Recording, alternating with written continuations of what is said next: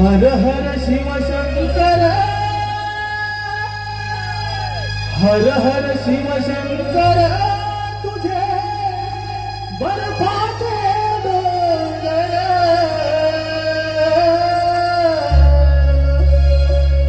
हर हर शिव शंकर, तुझे बर्फाचे डोंगर,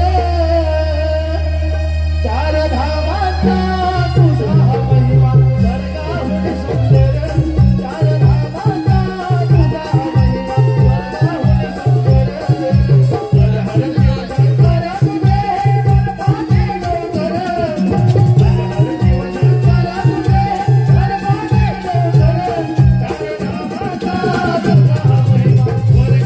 डोंगर, चार धामाचा तुझा महिमा स्वर्गाहून सुंदर, चार धामाचा तुझा महिमा स्वर्गाहून सुंदर, हर हर शिव शंकर, तुझे बर्फाचे डोंगर, हर हर शिव शंकर, तुझे बर्फाचे डोंगर, चार धामाचा तुझा महिमा स्वर्गाहून सुंदर, चार धामाचा तुझा महिमा स्वर्गाहून सुंदर.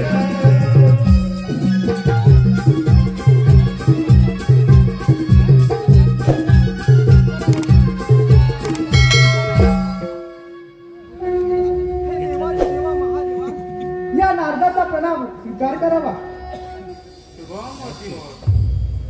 मुनिवर्य, आज कसं काय नाही केला? महादेवा, आता आपल्याला स्वस्त बसून चालणार नाही.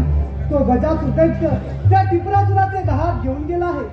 त्यामुळे महादेवा, त्या टिपरासुराला मारणं अगदी सोपं झालं आहे. पण महादेवा, तो टिपरासुर दैत्य पाताळात जाऊन लपला आहे. त्यामुळे आपण वरुण देवांना सांगून जोरदार मेघगर्जनासह पाऊस पाडायला सांगूया. म्हणजे महादेवा, तो टिपरासुर दैत्य पाताळातून भूतलावरती येईल आणि त्याला मारणं अगदी सोपं जाईल. महादेवा, चला तर आपण त्या वरुण देवांची भेट घेऊया. चला महादेवा, चला.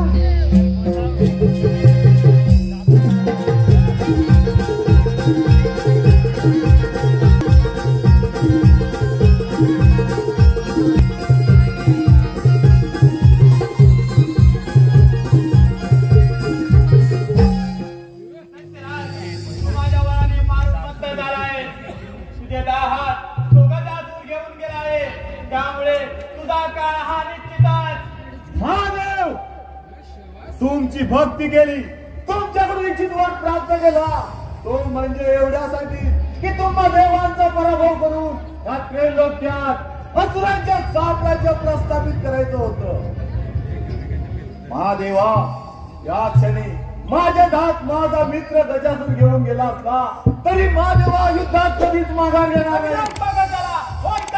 महादेव, मृत्यू माझ्या जवळ जरी उभा असला तरी असुरपुराचा सम्राट आहे. रणांगण सोडून पळून जाणार आहे. शिकार रणांगण.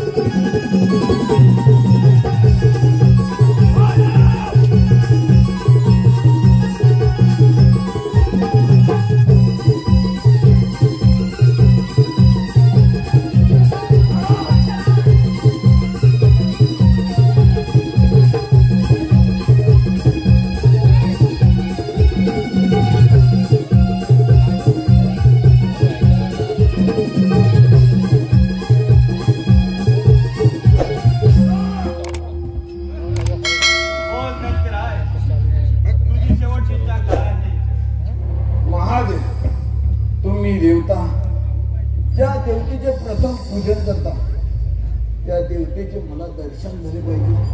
हीच माझी शेवटची इच्छा. दरवर्षीप्रमाणे भाद्रपद चतुर्थीला गणेशाचे आगमन होईल. त्याचे घरोघरी पूजन केले जाईल. त्यानंतर पाताळात